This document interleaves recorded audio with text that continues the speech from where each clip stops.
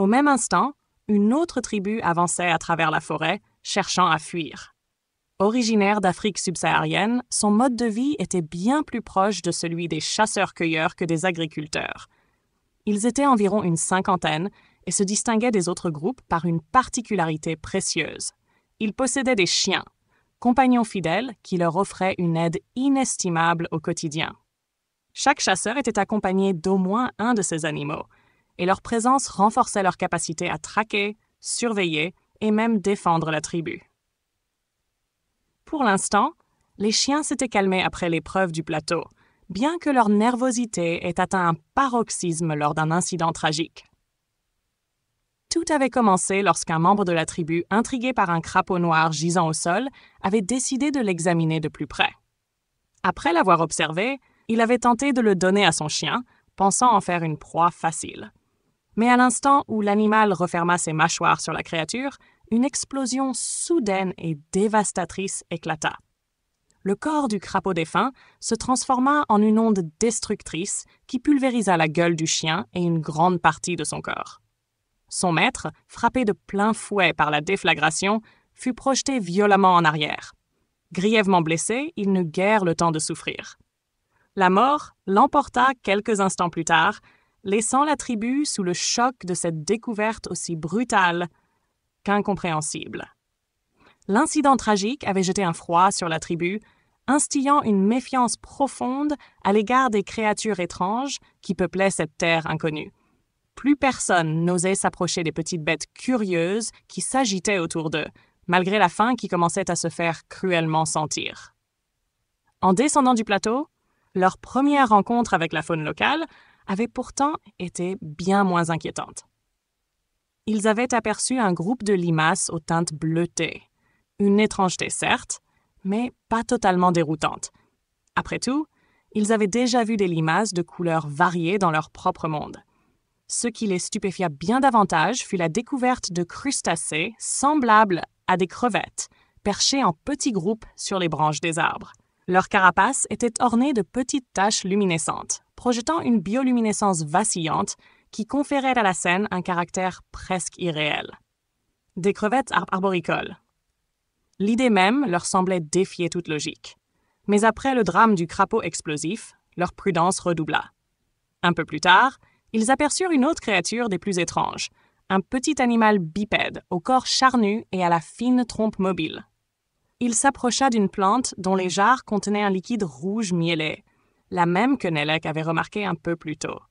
Sans hésitation, l'animal y plongea sa trompe et se nourrit avidement. L'idée de le chasser leur traversa l'esprit. Sa chair aurait pu rassasier quelques personnes, mais la peur d'un nouveau désastre les dissuada.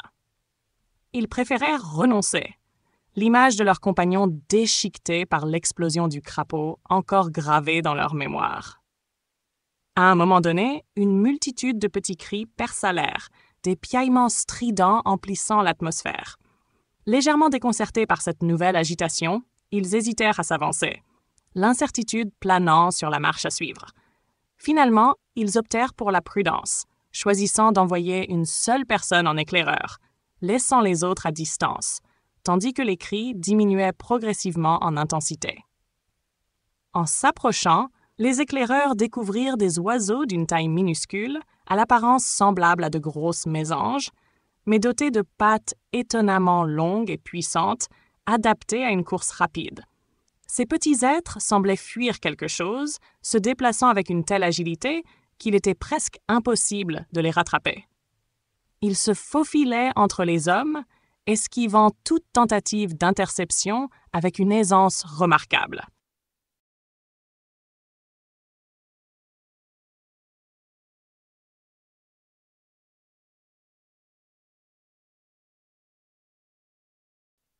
Soudain, la scène prit une tournure plus étrange encore.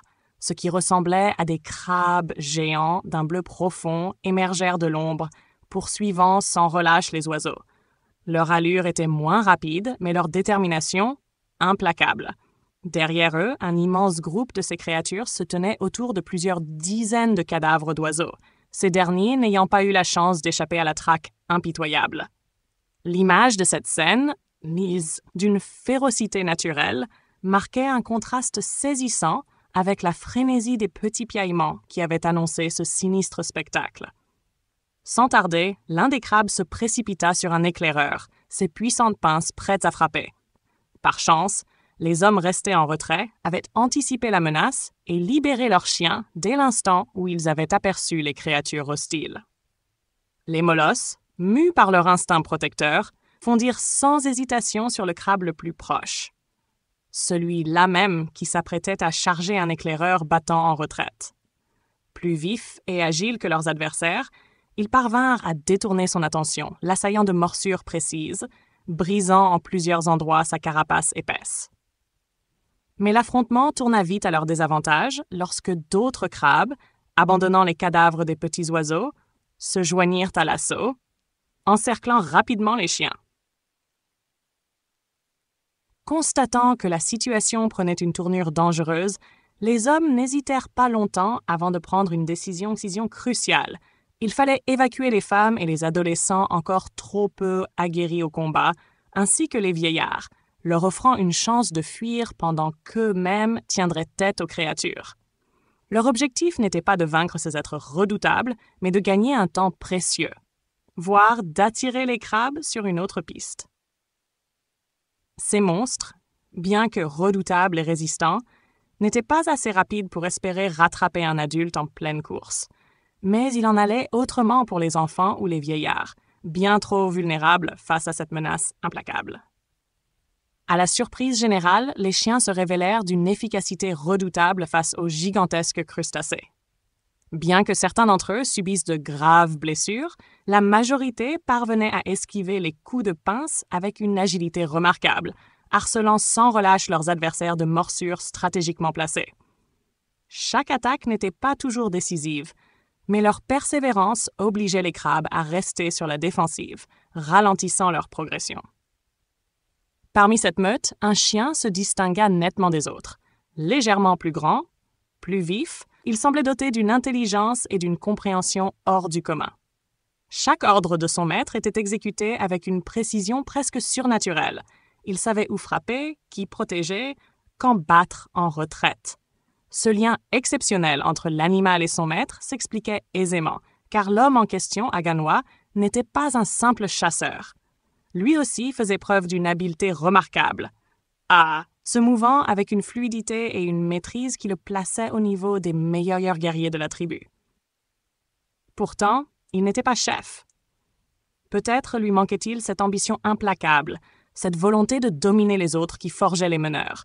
Il ne cherchait pas à imposer son autorité, préférant l'efficacité à la grandeur.